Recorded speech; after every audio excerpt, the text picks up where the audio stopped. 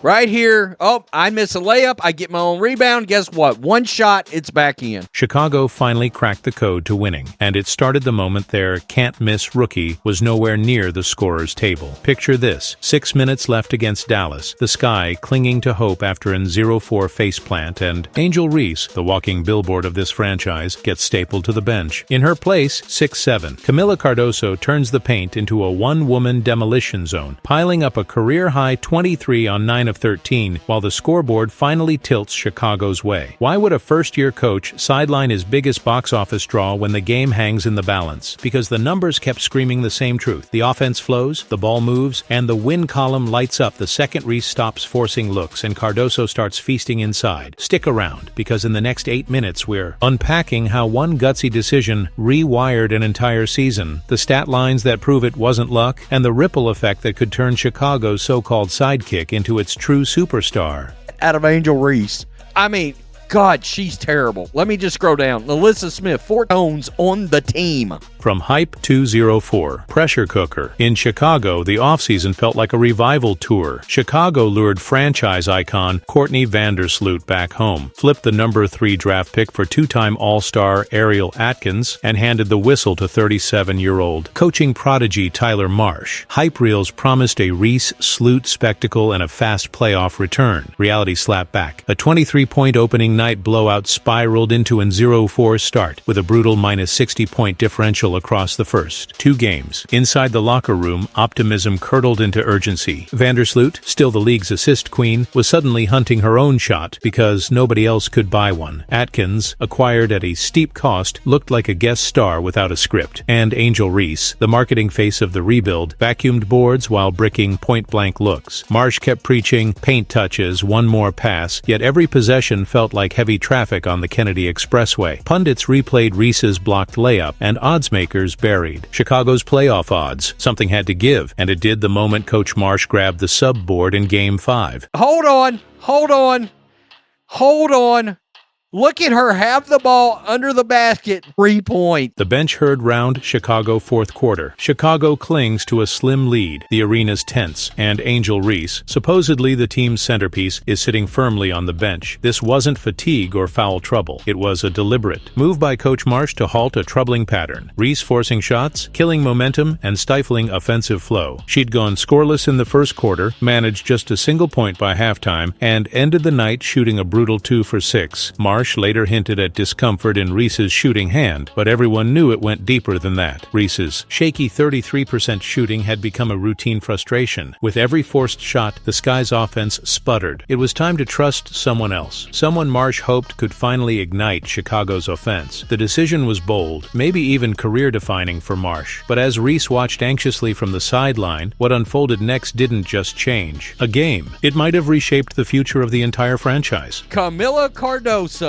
Guess who finally got more minutes than Angel Reese in a ball game? The rise of Kamilla Cardoso. With Reese watching anxiously, Kamilla Cardoso took over. From the first whistle, Cardoso attacked the rim like a player unleashed. She put up Chicago's first 10 points, a burst that jolted life back into a team desperate for direction. By the end, she'd posted a career-best 23 points on ultra-efficient 9 of 13 shooting. Veteran teammate Courtney Vandersloot saw it clearly, urging post-game that the Sky needed to feed her the ball a lot. Fans and teammates alike sensed the shift immediately. This was no one-game fluke. Cardoso dominated both ends, locking down rebounds, making smart reads, and sparking the offense with precise passes. This wasn't just about stats. It was about presence. While Reese had struggled to find her role, Cardoso's purpose became crystal clear in a single quarter. The Sky suddenly had something they desperately missed all season, a legitimate offensive anchor who thrived without forcing plays. But as impressive as this breakout was, it raised a crucial question. Could Chicago commit fully to this new direction, even if it meant sidelining the player they'd marketed as their future? We've seen Kamilla trailing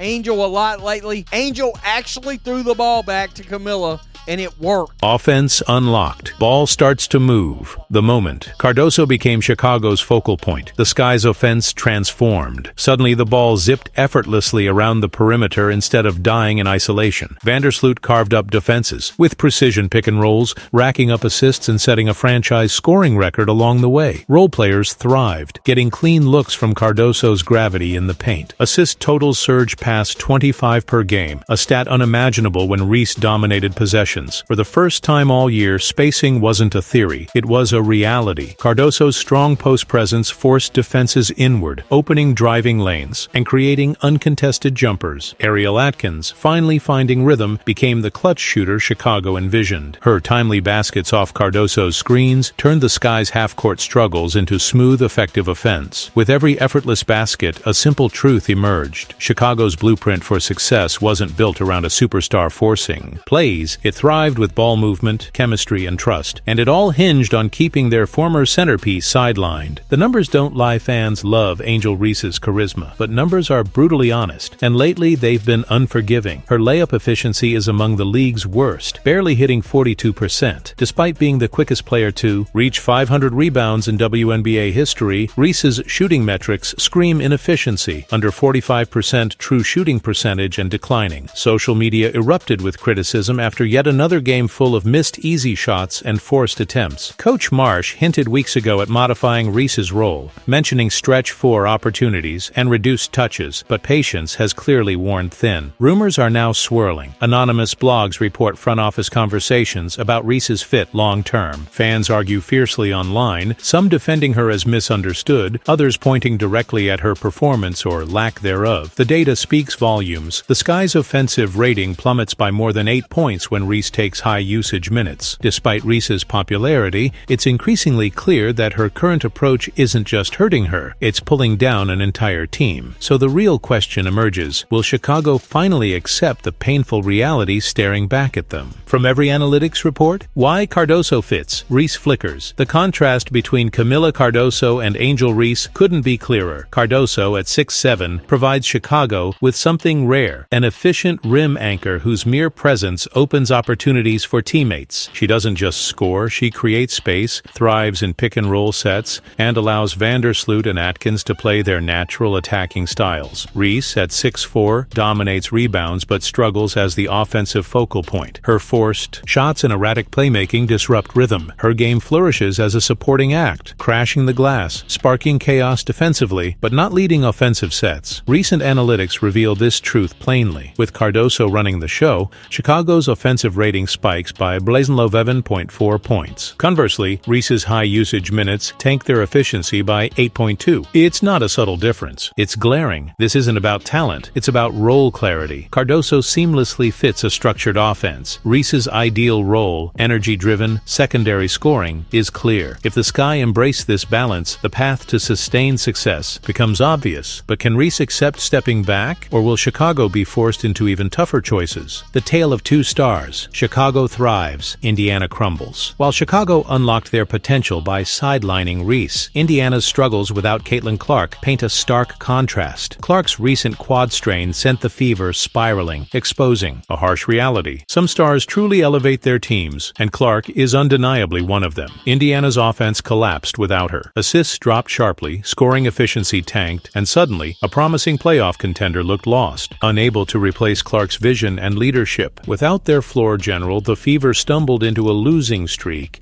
emphasizing just how pivotal Clark is. Back in Chicago, removing Reese's heavy minutes had the opposite effect. Ball movement improved, role players blossomed, and offensive efficiency soared. The Sky, ironically, looked healthier when their marketed star was watching instead of leading. This tale of two stars reveals a brutal truth. While Clark's absence shatters Indiana, Reese's reduced role allows Chicago to finally thrive. Now, fans and franchises are left asking themselves who's truly indispensable and who's just getting in the way. Fork in the road. What happens next? Now, Chicago faces a pivotal moment. Do they double down on the Cardoso era and redefine their identity, or continue tiptoeing around Reese's stardom, hoping something clicks? Insiders say front office debates are already heating up, with whispers of trade scenarios and roster reshuffles gaining momentum. The next two games against powerhouse opponents like the Wings and Sun will decide everything. Will Coach Marsh stick to the new blueprint or revert under pressure? Reese's response is equally critical. Will she embrace a reduced role or force Chicago's hand? Fans are already choosing sides. Social media debates are fierce, with loyalists shouting support for Reese, while others rally behind Cardoso's rise. The Sky's future rests in this balance, and the decision Chicago makes now could reshape their entire trajectory. Have the Sky found their secret to success by finally prioritizing performance over hype? If you think so, drop a baby giraffe in the comments below, and get ready, because this story is just getting started. Addition by subtraction, Chicago's first win of the season wasn't just about breaking a losing streak, it was a revelation. Sometimes a team's biggest leap forward comes not from acquiring new talent, but from redefining roles and setting. Egos aside, Angel Reese's struggles opened a path for Kamilla Cardoso to emerge as a star, fundamentally reshaping the Sky's identity. Indiana's collapse without Caitlin Clark proves the value of a true superstar, but Chicago's newfound rhythm proves something equally important. Forcing stardom rarely works. Real success requires players who elevate each other, not overshadow them. As the season unfolds, one thing's clear: Chicago might have finally discovered their formula, and it involves making tough decisions that not everyone will love, but might just lead them back to relevance. If you want to know what happens next, trade rumors, locker room drama, and the latest buzz, click the video on screen now.